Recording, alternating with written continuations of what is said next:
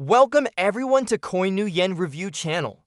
Before we dive into today's episode, don't forget to subscribe, like, and share so more people can discover us. Enjoy the show. The full text has been completed. The exciting story begins now. Today's blind date partner is an extremely beautiful woman. Let me introduce myself first. My name is No Need for Such Trouble. A dowry of 5 million. No negotiation if you don't have it. I furrowed my brow hard. Are you selling yourself here? Yes, exactly selling. As long as you give me 5 million, I'll do anything. I laughed in anger, even sleeping with 100 men. Sure, then why don't you just go make money that way? Hearing this, his eyes turned red. His lips trembled, but he still didn't say anything. He glanced at the cracked electronic watch on his wrist.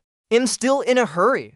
After saying that, he didn't look at me again. He got up and left. I gloomily stared at the large table of dishes, thinking to myself, what kind of people are in this blind date market nowadays? Whatever. Anyway, we'll never cross paths again. I'm a designer with my own studio. When I'm hungry, I usually order takeout, sir. Your takeout is hung on the door handle. After the call, the delivery guy hung up the phone. I opened the door and turned the handle. A loud clatter. My takeout fell from a full meter height to the ground. The spicy hot pot soup spilled everywhere. You come back here. I dialed the delivery guy's phone, sir. What's wrong? Who told you to hang the takeout on the door handle? Sorry about that. My order was about to time out. I have to rush to deliver the next one. Hearing this, I got even angrier. You'd better come back right now, or I'll file a complaint against you. It'll cost you more than a late delivery penalty.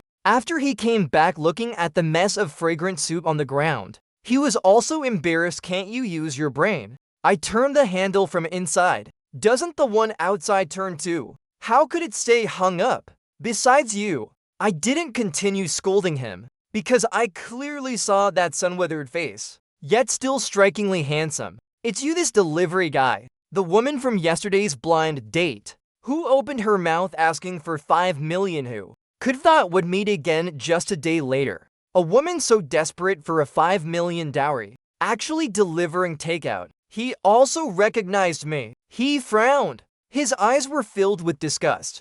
Really sorry, I'll be more careful next time. I'm really about to time out. He kept bowing to me. Next time tell me how I'm supposed to eat this spicy hot pot. He looked troubled, staring at the spilled soup. How about you eat it as spicy mix? That sentence pissed me off so much I laughed. Then why didn't I just order spicy mix to begin with? Fine, how about this? I'll transfer you the money. You order another one. Please, please. Looking at the girl who kept bowing to me, I couldn't bear to make things harder for him. Alright, he transferred me the money, then cleaned up the spilled soup on the ground, packed up the rest of the spicy hot pot. Thanks, he said, then quickly ran downstairs. From the window, I watched his blue figure. He opened the spicy hot pot bag, not caring about the mess or the soup. He shoveled it into his mouth in big bites, eating while starting the electric scooter and leaving. Seeing this scene, my heart tightened. Suddenly, I felt I'd been a bit too harsh earlier. That evening, I had another gathering, meeting an old friend I hadn't seen in years. Back then, he was my romantic rival. My white moonlight chose him over me in a 12-way choice, so I had to dress up a bit sharper. Miss, how much is this jacket? $19.99, sir. Do I look handsome in it? I glanced at the power source and froze. I was stunned. How is it you again? He was also taken aback when he saw me. Handsome, sir. He said it through gritted teeth. Aren't you delivering takeout? How'd you end up selling clothes here? He didn't respond to my jab. This outfit really suits your vibe, sir. Seeing him delivering takeout in the morning and standing all afternoon as a shop assistant, I lost the urge to tease him. All right, wrap this one up for me. I don't know why, but I thought again of that figure, devouring spicy hot pot. Wait a sec. Let me pick out some shirts and pants, buy a few more. Consider it compensation for my bad attitude today. At the bar that night, yo, dressing so sharp just to see me. Z Bang patted my shoulder and gave me a big hug. Not just my usual look. Even bought a new outfit. What, thinking Julin might show up? Still not over her after all these years. Bullshit, I bought this outfit last year. Wore it a year and didn't take off the tag. I awkwardly ripped off the tag. Damn it! That woman saw me wearing clothes with the tag still on and didn't even remind me. This is her revenge. Zibang loves to rib me, but there's no malice in it. Our friendship has always been solid. After 3 rounds of drinks, we were both tipsy. Got a girlfriend yet? Yeah, almost getting married. It'll let you know in advance. Almost married and you don't bring her out to meet. It'll give you a call in a few days. My phone rang. It was my mom. I hung up, but it rang again within 3 seconds. No choice but to pick up. The noisy bar atmosphere couldn't drown out my mom's roaring. You little bastard. I told you to call me after yesterday's blind date. Why didn't you call? Fefzi Bang couldn't hold it in. Oh mom. If I didn't call, it means it wasn't a match, right? How old are you now? You're 33 and still not married. What are you waiting for? If you don't get married, how will you have kids? Your dad and I are waiting to hold grandkids. How can a grown man like you? I set the phone aside, not listening but not hanging up either. Zibang clinked glasses with me. Still single after all these years, huh? Just haven't found the right one. Still hung up on Julin. Don't talk nonsense. I really just haven't found the right one. 5 minutes later from the phone. Hey, where'd you go? Are you listening? Listening, mom. Am only 33. Still young. It's not like I'll drop dead at 35. When I find the right one, I'll bring her home for you to meet. Stop nagging. What kind of nonsense are you saying? I'm telling you, if you don't bring back a girlfriend this month, your dad and I will disown you. My mom never hangs up the phone. I could still hear my dad's voice, cursing loudly on the other end. Helplessly, I tapped the red X on the phone. Shaking my head, I'd only heard of marriage pressure before, but experiencing it so vividly was a first. Terrifying. Hot. I'm jealous of you. If I'd ended up with Julin back then, you'd be the one getting nagged today. We clinked glasses again. I took a big gulp. A downpour of red rain stirred up memories. An elegant girl was covering Sue Song's song. If only back then her voice soft and melancholic. It pierced my ears. I glanced at the bar's resident singer on stage. I sprayed a mouthful of old liquor all over Zibang. Man, what the hell is wrong with you? Did your mom's nagging give you a heart attack? He wiped his chest while tossing duck necks at me. I ignored him, my eyes fixed on the singer on stage. How is it him again? How many jobs does he work in a day? The woman wore loose beige sweatpants, a black crop top, and with her stunning looks, she drew the eyes of most men in the room. Zibang followed my gaze. What, you know her sort of, but not really.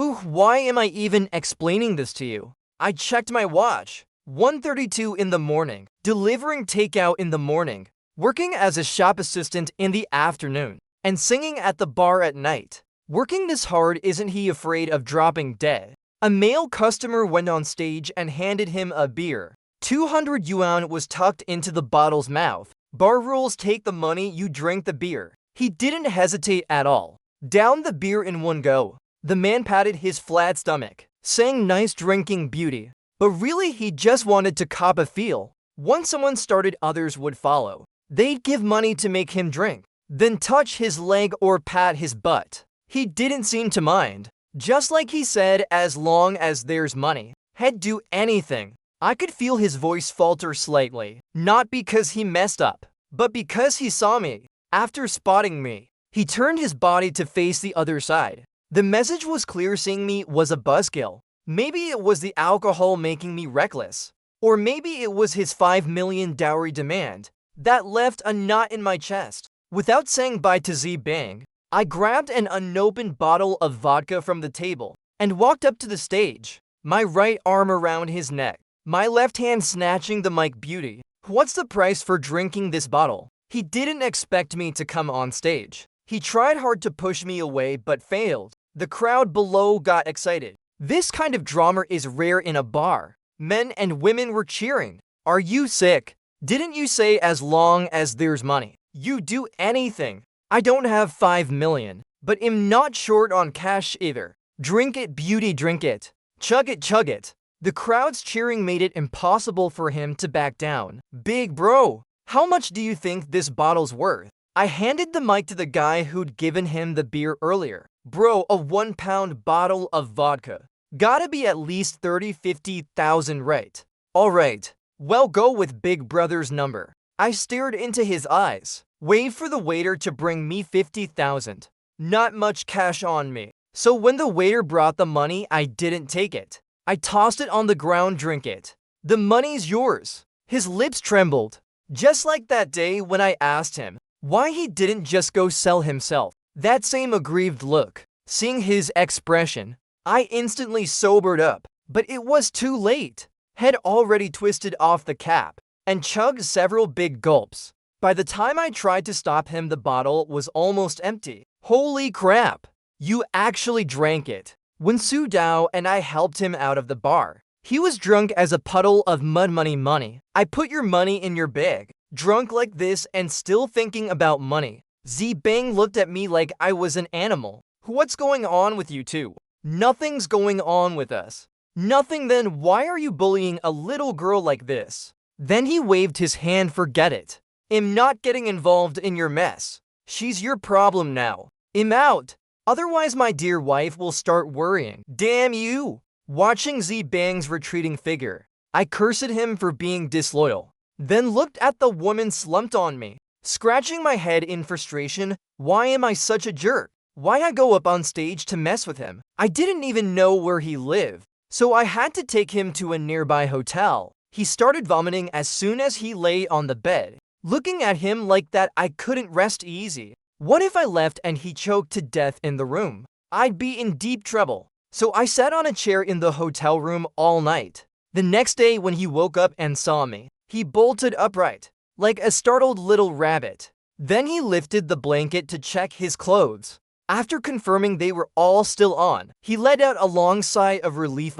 I got too drunk yesterday. Sorry about that. He went back to that battle nut-chewing expression. It's fine. You got your money. I drank the liquor myself. It's got nothing to do with you. Then I'll head out. As I was about to leave, my phone rang. I saw it was my mom again. I hung up angrily. I turned off the phone and sat back down, lit a cigarette. Not leaving yet. Waiting for me to treat you to breakfast. I ignored his sarcasm. Looking at the beautiful woman in front of me, I thought again about how I bullied him on stage yesterday. Do you really do anything for money? What more do you want? Drink another bottle. Bring it on, give me the liquor. I shook my head awkwardly. No, you misunderstood. After thinking for a long time, I organized my words. How much do you earn in a day now? He was stunned but still answered. Without customers like you animal. About 1,000 a day. I'll give you 2,000 a day to be my girlfriend.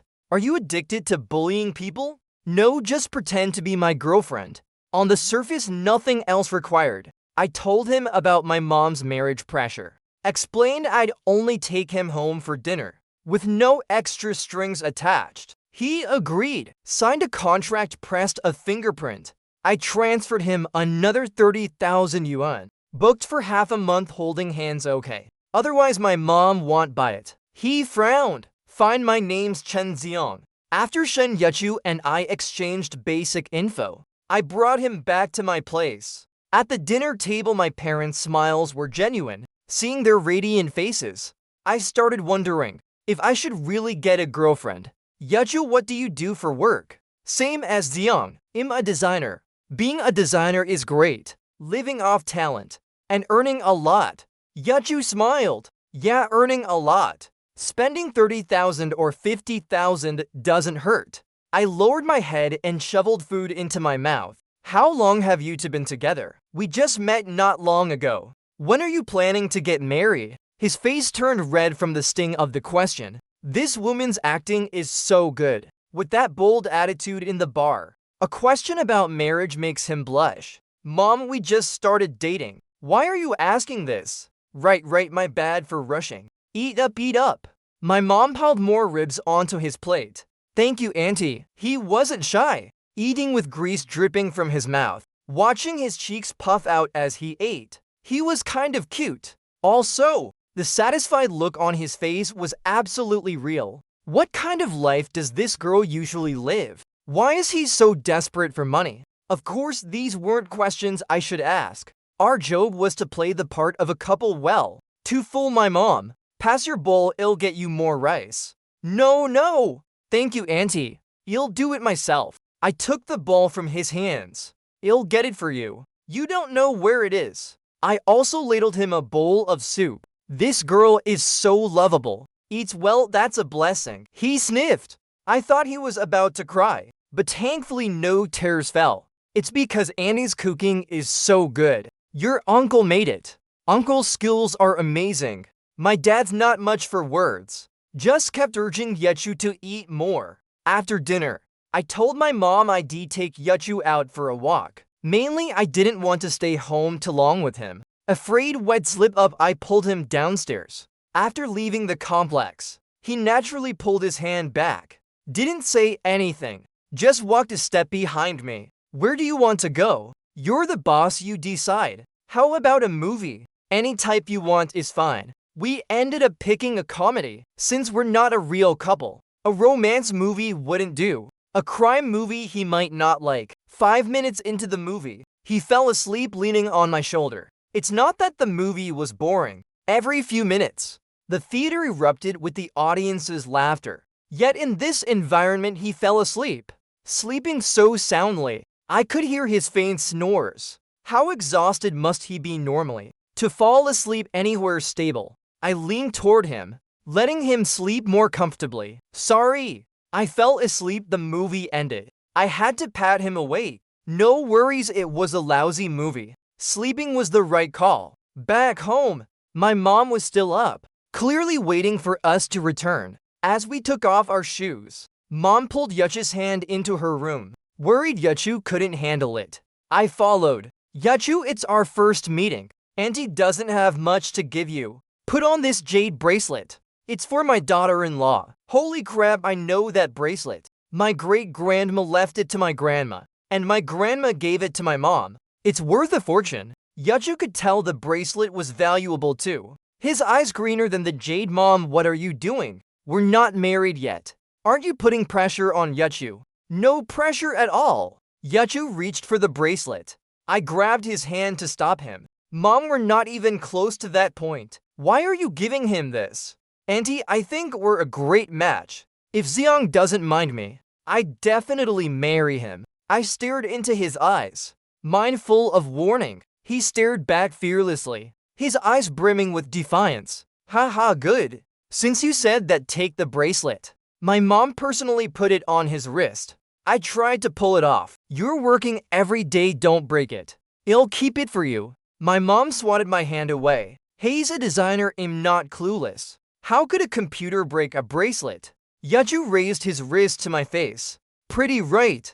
Pretty, but not as pretty as you. Just wait, I'll make you pay later. My mom didn't catch the subtext. Over dinner, I joined in pretty. Alright mom, it's late, get some rest. We need to sleep too. No way once we're in the bedroom. In getting that bracelet back. I don't know how much it's worth exactly, but it's definitely in the hundreds of thousands. Sleep. Take the spare bedroom, sleep in the spare bedroom. I'll take the guest room. My mom followed us to the hall. Oh, forgot to mention, there's a small problem with the guest room. It's not habitable, mom. We have 3 guest rooms.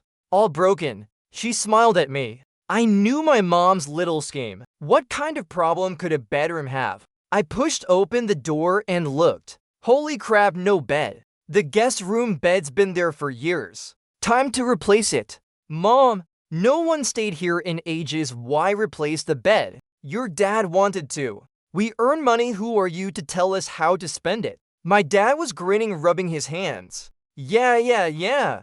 I was just about to toss the old one today. The new one hasn't arrived yet. These 2 old folks are such a pain. I looked at Yechu. He grabbed my hand. It's fine, Auntie, we'll share a room. Inside the room, door closed. You damn well better give me that bracelet. Before I could finish, had already taken it off, carefully placing it in the red box, wiping off the dust, and handing it to me with both hands. Just messing with you. Your mom's heirloom for her daughter-in-law, I wouldn't ruin it. I pursed my lips. Scared the crap out of me. Put it away safely. I didn't take it earlier because I was afraid your mom wouldn't believe us.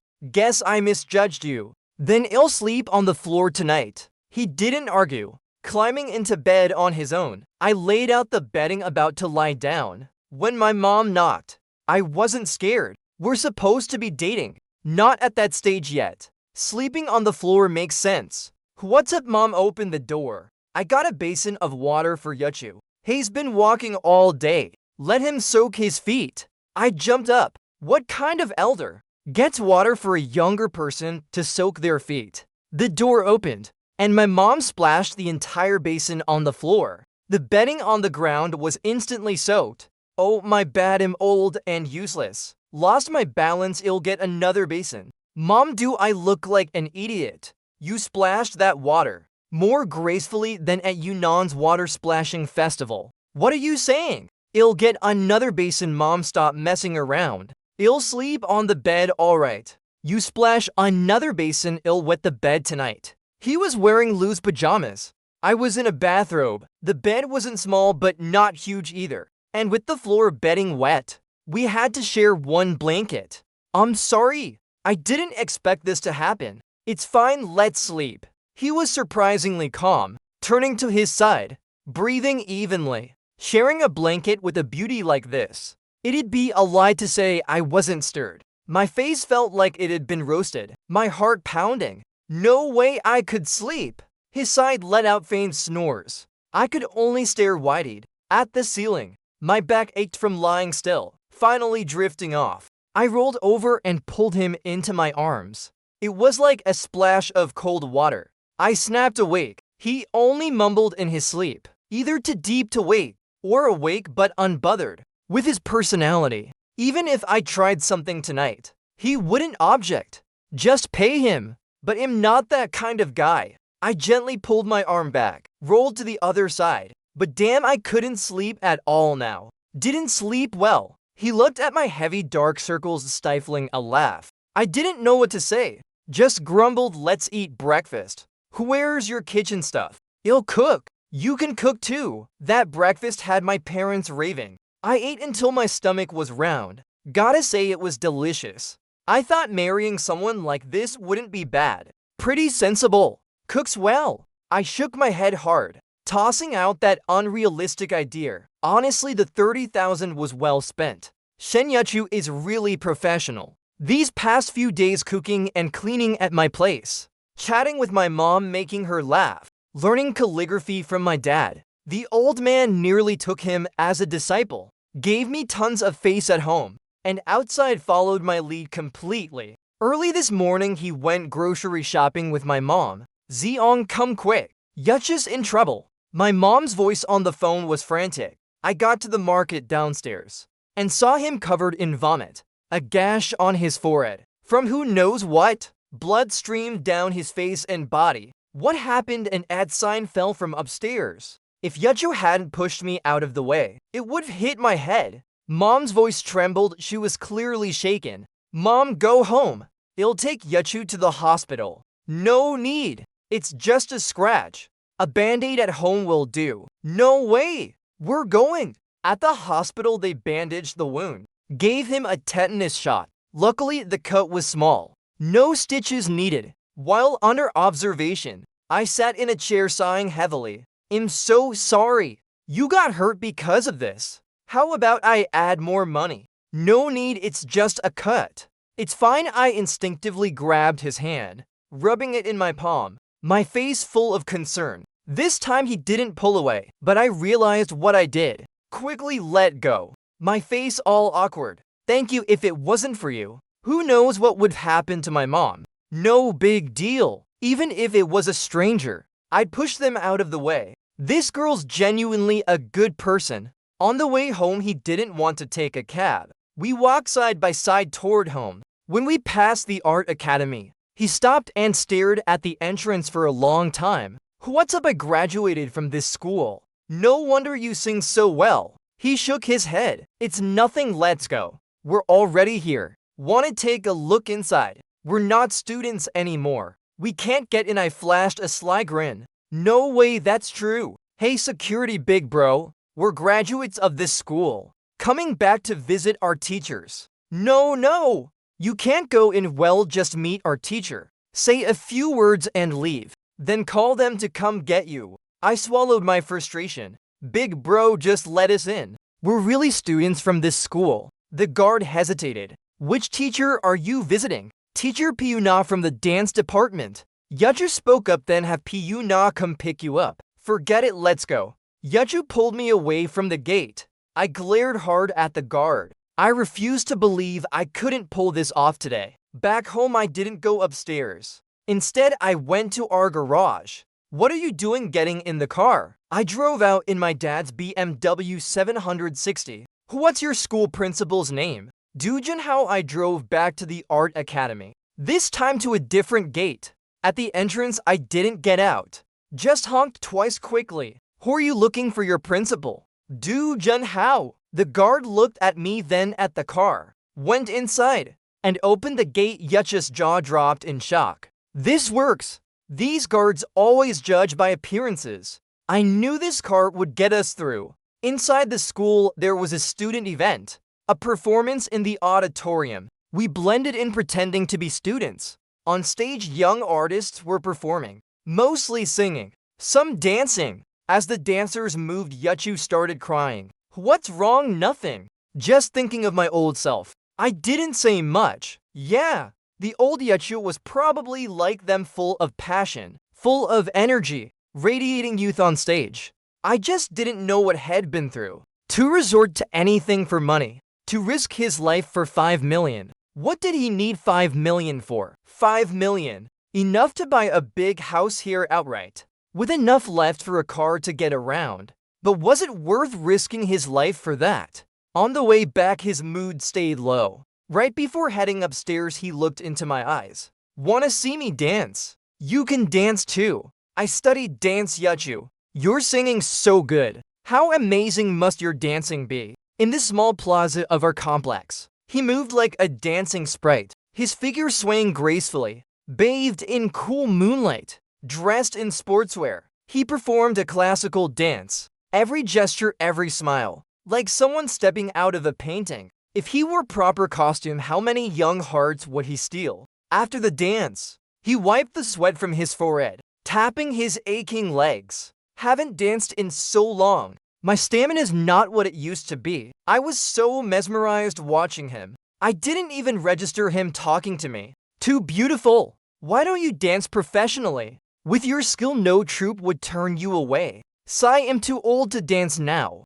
Seeing his dejected figure, my heart felt heavy. I didn't follow him upstairs, but made a call downstairs. Hey, Liang, do me a favor. Ask around if any dance troupes are hiring. His skills no issue. I'm telling you, he could lead the dance without a problem. I sometimes do stage design for performance groups, so I know people in dance troupes. Yeju belongs on stage dancing gracefully, not in a blue delivery uniform, rushing under the scorching sun. That night I slept well, dreaming of Yeju twirling and leaping, spinning, jumping. Half a month passed in a flash. My contract with Yeju expired. Honestly, I was a bit reluctant to part with this girl. When we said goodbye, I asked if I could hold his hand one more time. Might not get the chance again. He smiled and gave me a big hug. My mom was thrilled with her daughter-in-law. Yeju seemed happy at my place too. But Ali is a lie.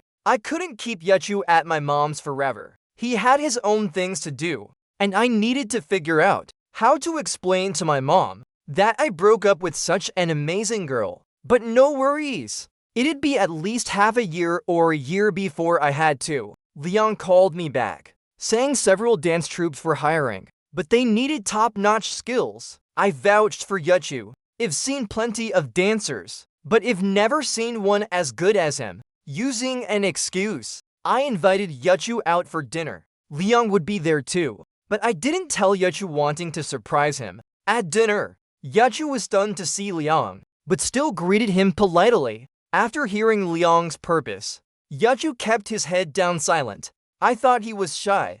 Don't worry, Liang's my friend. He's totally reliable. Join a troop. The pay and benefits are top tier. He can guarantee that. He still didn't speak. Maybe he was hesitating. I just saw how tired you were, felt bad for you. Dancing won't earn less than you make now, and it'll be much easier. Plus, you belong on stage getting everyone's applause. A glass of liquor splashed in my face. Caught off guard, it was Yachu. Who do you think you are? I froze. What did you say? Who the hell do you think you are? You think your money makes you a big deal? What gives you the right to arrange my life? Hey, Leon coughed a few times.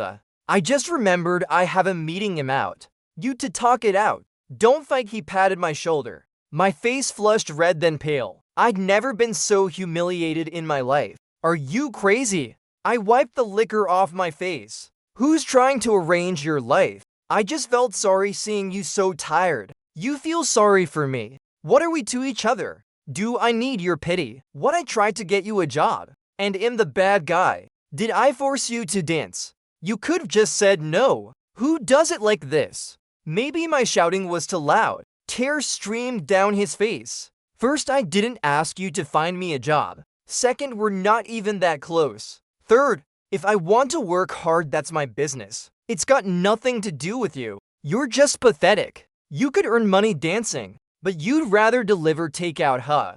Love letting people take advantage of you. I'm the pathetic one. You know how big a favor I asked Liang for. You know how much effort he put into contacting 5 troops. You don't want to go, fine. We could have talked it out. But you pull this stunt at dinner. My good intentions treated like garbage.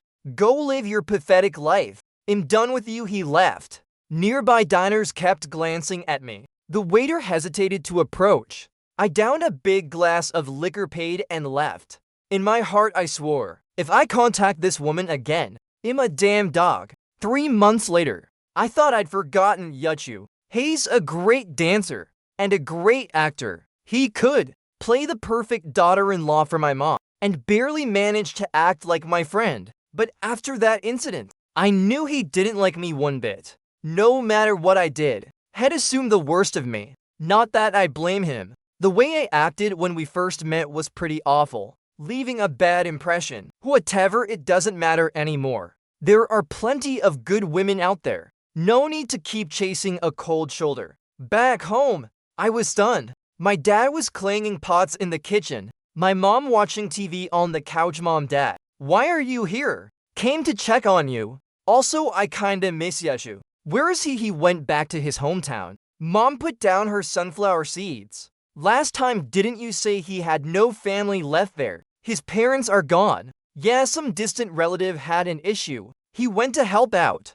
Tell me the truth. Did you to fight? They showed up so suddenly, without any warning. I wasn't prepared at all. This lie made my face flush red. Mom saw right through me. You don't worry about it. No way. I'm calling Yachu to see if this little brat bullied him. I snatched her phone. Hey mom, don't call. He's busy right now. No such a great daughter-in-law. You better not have driven him away. I'm calling him over, so you can apologize to his face.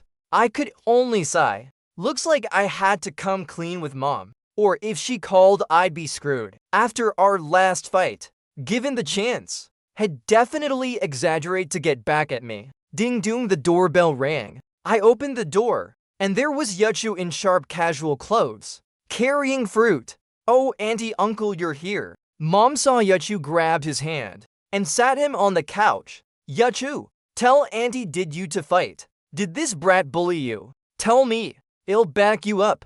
No way. Yachu came over, linked arms with me, and sat me on the couch too. Then why did he say you went back to your hometown? Obviously a lie. Haha, Yachu laughed so hard he doubled over. Our company had a team-building trip, hiking in the Gobi Desert. Couldn't skip it. Xiang was worried you'd both be concerned. I nodded quickly. Yeah. Hearing Yachu, mom didn't doubt anymore. What kind of lousy company? Hiking for what? Look how tanned it got him. If it's too much, just quit. Let Xiang hook you up with his contacts. You two can do design together. Keep each other company. No need, my company's actually pretty good. Watching Yachu hold mom's hand, chatting about family stuff, For a moment I zoned out. It felt like he really was mom's daughter-in-law.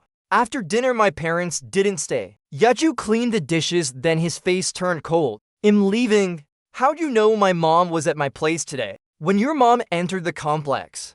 I was delivering takeout and saw her. Rushed home, changed clothes, and hurried over. Afraid you'd slip up." My heart was a mess of emotions. I didn't know what to say. "About last time, I'm sorry. I overstepped.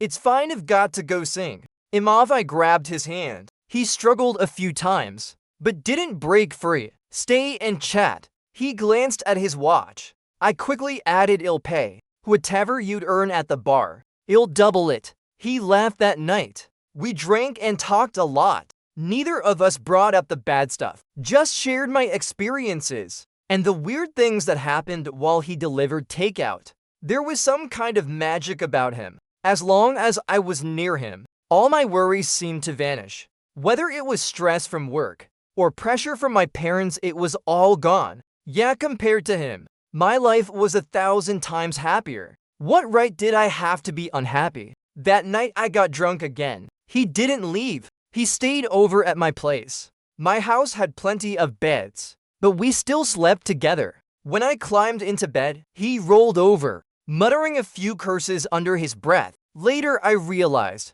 he'd left half the bed for me. After that night, we started chatting often. He was busy with work, so when I sent him WeChat messages, he rarely replied right away. I didn't push. I'd wait for him to have a moment, and he'd reply with a few words. Those days felt full of anticipation, like opening a blind box, never knowing when I'd get his message, or what he'd say. During that time we met twice. Once to go shopping, once to eat skewers together. Of course I paid both times. His time was precious after all. Dingling Yuch's call. He rarely called me first. "Big shot, what made you call me?" "I got in a car accident. West gate of People's Park at the intersection. I don't know how fast I drove, or how many red lights I ran. When I got there, he was lying in a pool of blood. A huge streak of blood behind him. The ambulance arrived with me. Doctors and nurses lifted him onto a stretcher. I held his hand, trying to smile to encourage him, but that smile was uglier than crying. "It's okay, you'll be fine. The ambulance is here, you'll be okay." He struggled to pull something from his pocket. "Doctor." Wait, the doctor stopped, eyes full of urgency. He gestured for me to check his pocket. I pulled out a bank card. Go to People's Hospital. Password is 369,854. Hurry, I'll go with you to get bandaged first. Then I'll go. No, you go now. He got more agitated as he spoke. His face flushed red. Okay, don't get worked up. I'll go to People's Hospital first, then find you at the second hospital. I sat alone on a bench at People's Hospital, hands covering my face. Tears I couldn't stop. There I saw his daughter, a vegetable in a hospital bed. The girl looked about 3 years old. Tubes were inserted in her body, lying there quietly. A nurse wiped her down, turned her over. She didn't respond at all. I understood. This was why he risked his life for money. He was desperately earning medical fees for his daughter. Today was the day he came to pay her hospital fees, but he got in an accident on the way. He had no choice but to ask for my help. I asked around. Her medical fees were over $1,000 a day. Hiring a nurse cost extra. No wonder he'd do anything for money. At the second hospital, Yachu lay in bed. I sat beside him, peeling an orange for him to eat. Luckily, his injuries weren't severe. A knock to the back of his head, mild concussion, left arm broken. He was alive, that's what mattered. Rest easy. I'll cover your daughter's medical fees for now. No way. His eyes were full of resolve. I smiled and waved it off. Consider it a loan. When you're healed, earn it back and repay me. This time he didn't refuse. Can I ask what happened to your daughter? He ate half the orange, his face expressionless, like he was telling someone else's story. But his tears didn't obey, sliding from his eyes to his jaw. I wiped his tears away. He continued. Our family of 3 went on an outing. A truck driver fatigued, veered into our lane. My husband died on the spot. Me and our daughter in the back survived, but she was injured too severely. She still hasn't woken up. Then he pulled up his right pant leg, revealing a long scar from calf to thigh. My leg's ruined too. It aches when I'm tired. Can't hold strength. And a scar this bad would scare an audience. No way I can dance. I nodded. This was why he exploded last time. When I contacted the dance troupe, it was like rubbing salt in his wound. I wanted 5 million, because that's 10 years of treatment for my daughter. 10 years shall wake up right. Xiang, you're a good person. I don't want to drag you down with a burden like this. My daughter might be a bottomless pit. No amount of money would be enough. I can't be with you. Can't be together. I just wanted to find someone not so good. A jerk, it doesn't matter. They could treat me however they wanted. Hit me, curse me, humiliate me, anything. As long as they paid. I just want my daughter to live. I held Yachu in my arms, gently patting his back. It's okay, it's okay. If we can't be lovers, can't we be friends? I'm a loyal guy. I'll help you, I'll help. Don't worry. He finally let out years of pent-up grievances, clinging to me with one arm, sobbing loudly. A woman like him, delivering takeout, working as a shop assistant, singing in bars for tips. How much gossip had he endured over the years? How many cold stares? How much disdain? He could only swallow that pain, carry it alone. No one to confide in. His only daughter lying in a hospital bed waiting for him to earn money. For her treatment, it was too hard. He had it so damn hard. 3 months later, Yachu was discharged. I brought flowers to pick him up. Why buy flowers? Such a waste. Should've just given me the cash, right? He laughed and nodded. Look closely at those flowers. The stems and petals are folded from 100 yuan bills. Took someone a long time to make. You'd never tell unless you looked closely. He laughed. It's too valuable. I can't take it. Discharge is a big deal. Keep it, looks like a lot, but it's not much money. I drove. He sat in the back. Where to? People's Hospital. I need to see Tong Tong. Tong Tong, his daughter, honestly. Her treatment costs tens of thousands a month. Doesn't sound like much, but the pressure was real. My daily expenses were already all over the place. And adding this, well, it was something. If I didn't have some savings, I'd have trouble sleeping. How much have you spent? I'll write you and I owe you. You do the math. You know Tong Tong's daily care costs best.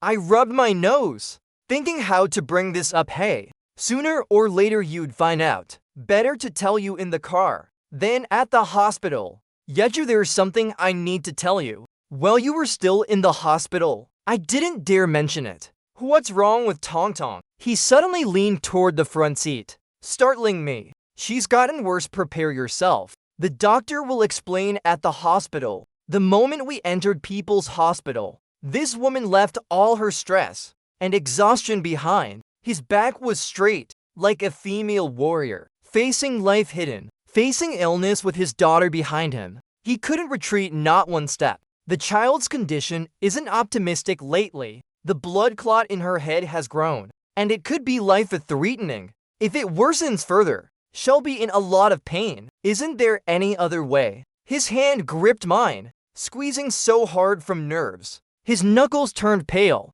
No way, she's too young for surgery. And the clot's position makes it nearly impossible to operate. Forcing it would be extremely risky. The doctor paused, glanced at me, then at Yachu, and the financial burden would be huge. Treatment costs over 100,000 a month now. Honestly, the chances of her waking are slim. You as her parents might consider whether to pull the plug. She's suffering like this, and the pressure on you is immense. The treatment costs are so high. Yachu looked at me, eyes wide open. I patted his hand. It's okay. Let's not talk about that now. I've got some money. I can lend it all to you. On the bench he sat with his head down, not crying. I peeled him an orange. Treatment costs 100,000 a month. How long's it been like that? Why ask? So I can keep track to repay you. No need. Well, talk when she's better, tell me. His eyes were bloodshot, his gaze resolute,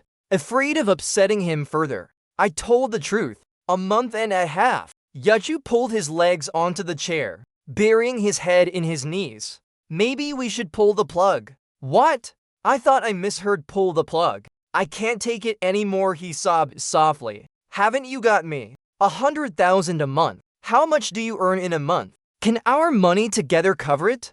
It's enough. No, it's not, I said. He broke down again. Get out, get out. It's my kid, I decide. He'll pay you back, just go. I threw the orange on the ground. What do you mean, your kid, your call? Have you asked Tong Tong's opinion? Who do you think you are? What gives you the right? That damn phrase again. That damn phrase. I slammed the wall twice. Yachu, you're so pathetic, you know that. I don't care who I am. Today I'm sticking my nose in your business. I grabbed his face, forcing him to look into my eyes. I don't believe it. You dare pull that plug? Just try. He shook his head, tears streaming. You've held on this long. How can you give up now? Tong Tong needs you more than ever. You're giving up. All your past efforts wasted. All the pain you endured for nothing. I'm telling you, if you can't take it, it's fine. I'll carry it with you. All my earnings will go to Tong Tong's treatment. If it's not enough, I'll draw more designs, earn more. If that's not enough, I'll deliver takeout, work retail. If that's still not enough, I'll sing in bars. Whatever you can do, I can do. I refuse to believe we can't afford it. He pushed me hard, but I held him tightly in my arms. Why are you helping me like this? I'm not worth it. I don't want to drag you down. He stopped pushing, instead pounding my chest with both hands. I'll give you 5 million. If decided to marry you, you're mine. You have to listen to me. Whatever I say, you do. That's what you said. No takebacks.